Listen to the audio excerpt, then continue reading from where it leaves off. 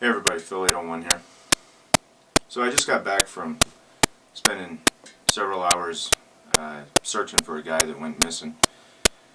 He's a mentally handicapped guy. He's got the mental capacity of an 8-year-old. And we estimate it's about 5 degrees outside tonight with a mild wind chill. So it's pretty cold. And this guy was out just with a sweatshirt on, and so people were pretty worried about him. But we had about 120 people looking for him. And my team, we all broke up into teams. My team was searching an orchard area, and anyway, the orchard that we were searching, we were looking through trees and stuff, but it abutted to several homes, and there was a huge barn area and a bunch of homes, and we were checking around all those areas. But it got me to thinking, the whole time you got to put yourself in the mindset of the victim that you're looking for. If they, like this guy would have walked past where we were searching.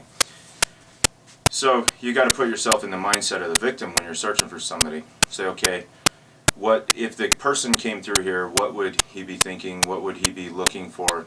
What would he be doing based on how cold it is? And you have to be able to think like that person. Now, the other twist with this was that this guy has the mental capacity of an 8-year-old. So you have to think, okay, if an 8-year-old was walking through here, what would they do? Well, they're going to be cold. They're just wearing a sweatshirt. And,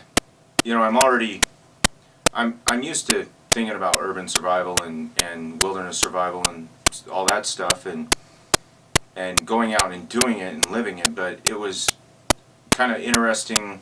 It was an interesting experience because we don't usually do urban-based stuff in search and rescue. And so as we're putting ourselves in the mindset of this guy and looking around and thinking about what he's doing. And really, I just wanted to, in this video, the purpose of this video is just to kind of talk about that a little bit and have you think about, you're in a city. Let's say you don't know this city. This guy, he doesn't know the area very well. You're in a city, you don't really know the area very well, and you're walking in a semi-rural area. I mean, it's definitely urban, a lot of houses, but it's somewhat rural. Bigger lots, there's orchards there, there's farms there, and there's a great big park there as well that he would have walked through. So put yourself in that mindset of you're walking through there and you're very cold, and you know you need to get shelter. So what kind of things are you going to be looking for? And as we're searching, we're running search patterns and doing grids and stuff, and came across lots of different things that, wow, well, he could have been here, or he could have done this, and and with an 8-year-old, you don't really ever know, and with someone who's mentally deficient, you don't really know. So we were actually looking in trees in the orchard and looking all over on the ground and stuff, looking in any holes. Some interesting observations I had of going through and working on that mindset. There were a couple of big barns that we were searching around and stuff, and one of the things that I noted was that these barns were quite separate from the houses, and inside the barns it was very warm. It was a lot warmer than it was outside. It was probably still around freezing somewhere, but it wasn't nearly as cold as it was outside. And so if you're looking to get some shelter and somewhere that you could huddle down for the night, those barns make a pretty good place that you could do it. And there were several other areas that would have worked. A shed works pretty well. There was one of the interesting things we found was there was a big, it wasn't a picnic table, it was like an outdoor dining patio set kind of thing that was somebody had kind of in the back of their lot. And they had a big table, but the table, the center of it was semi-solid, And we actually had to go and look in there because it was quite big around, and somebody could have worked their way in there and huddled in and been out of the cold a little bit. So that's one interesting area where you could take shelter in an urban environment, is some kind of furniture like that. That was one that I hadn't really thought about before. Now, the other thing was, of course, if you get down in some recessed areas, you get out of that wind chill, and it's a little bit warmer that way, but you're still in freezing weather. Another big thing was cars, and this is one probably everybody can immediately think of. Where would you take shelter in an urban area where you weren't necessarily a fugitive, but you were trying to hide and not be discovered? A car was a really great place that you could hide. And like I said, I think all of us have probably thought of that one before, but you're out of the elements, it's a little bit warmer, but it's still pretty cold.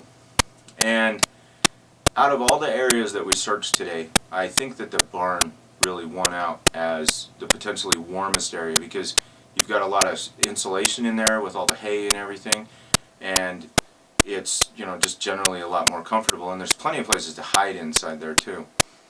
But so here's a challenge for you.